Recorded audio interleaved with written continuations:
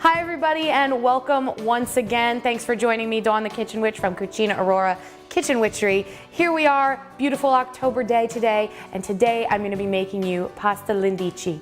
Pasta Linticchie means pasta with lentils.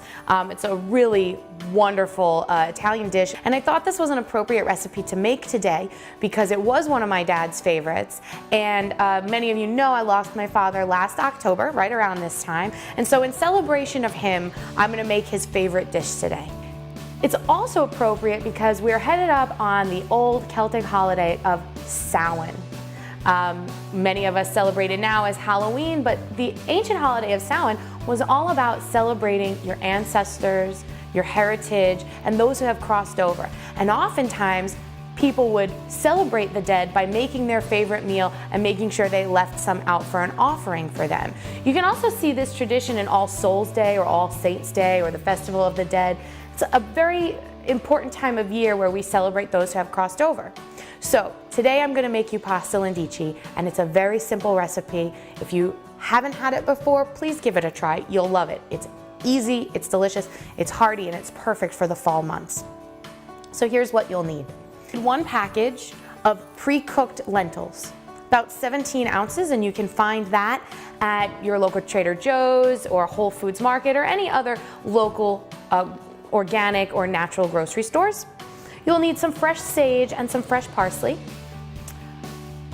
1 onion chopped, 3 cloves of garlic minced, 1 pound of pasta. Rigatoni works well, linguine also works well, and if you're like me and have a gluten allergy, feel free to substitute for gluten-free pasta. I recommend corn pasta, not rice pasta with this dish. You'll need 2 sausage links. You can use pork sausage, that's what I recommend. However, it works just as well with turkey sausage, and for my vegetarian and vegan friends, you can omit the sausage, and if you'd like to substitute, you could use mushrooms. They'll work well here as well. And you will need 2 tablespoons of our peppercorn and sage infused olive oil. This is something that most of you haven't tried. It's an online exclusive product. You can only get it at cucinaaurora.com and at some local retailers as well, but you'll never see it at a festival. It's very rare and it's seasonal. And we do require it for this recipe. So you could substitute regular olive oil, but it won't be half as good. So let's grab our skillet, head over to the stove, and make some mealtime magic. So here we go, we're gonna turn on our skillet to about medium-high heat, starting with our peppercorn and sage oil. That's fantastic. And what do we say? This is the best part. So shake it up really good. Peppercorn and sage has a lot of sediment in there, so you really do wanna shake it well. About 2 tablespoons in the pan, and let that heat up for about a minute. And we're gonna put in our onions. Throw those right in. Our cloves of garlic that we minced up nice and fine. And just like always, we want to let that start to saute, and we're going to let that start to cook a little bit. We want these to sweat and get nice and tender. It smells fantastic. I wish they could figure out a way to do like scratch and sniff film, because if you could smell this, you'd be like so hungry right now. So onions, as we know, are for banishing negativity, and garlic is a protective food. And all of these things come from old ancient folklore and ancient medicine women workings and things like that. Now I'm gonna add my sausage. Now you'll notice I've taken the sausage out of the casing, so you can use your hands. I mean, I know it's a little gross, but cooking should be a little messy. And this is only if you're using sausage. Okay, I've taken it out of the casing and I want to make it crumbly, and we're going to cook it up right there. So our sausage is in there, and we're going to make sure that it's cooked right through. Now right before I started in the skillet here, I put on a pot of boiling water, and I've got my pasta cooking. So by the time that pasta is cooked, this will be ready. And that's one of the reasons that this dish is so quick, easy, and convenient, because you can make everything all at the same time. One skillet, few ingredients, and a lot of love, and you get a fantastic meal. You have to get in there and you have to break up that sausage a little bit. If you're using pork sausage and it's still pink, it's not cooked, and then you'll get sick, and that's no fun. So don't blame me. I told you cook your sausage all the way through.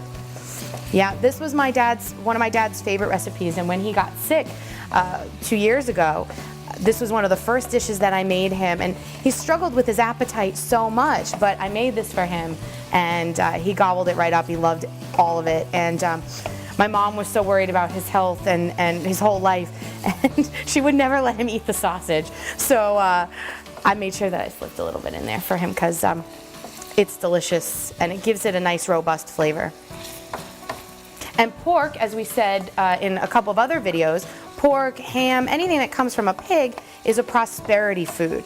So think bringing home the bacon. It is specifically for monetary wealth. So you might want to visualize some monetary wealth coming into your life while you're sauteing this. So our sausage is nice and cooked. You can tell because it has turned a nice brown color. We're going to add our lentils. So this is a package of cooked lentils. Now, of course, you can use lentils that you've cooked yourself or that you've soaked yourself.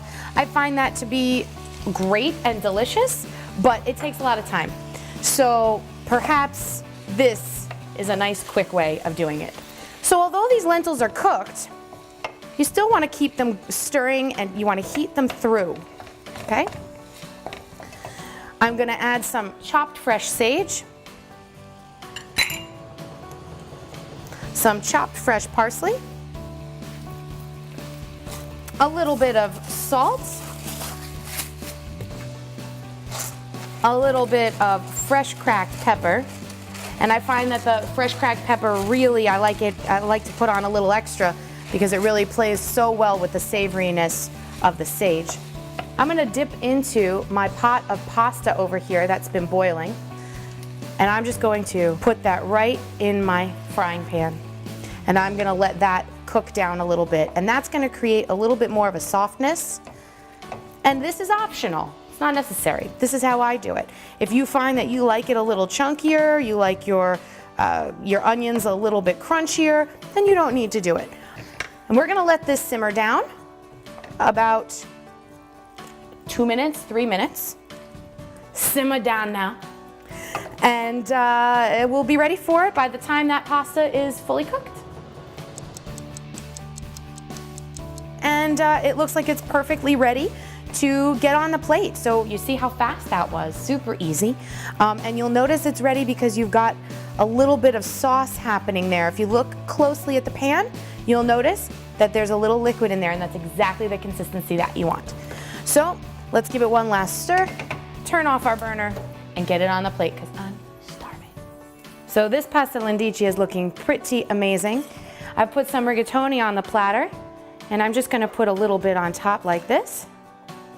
Here we go. It smells fantastic.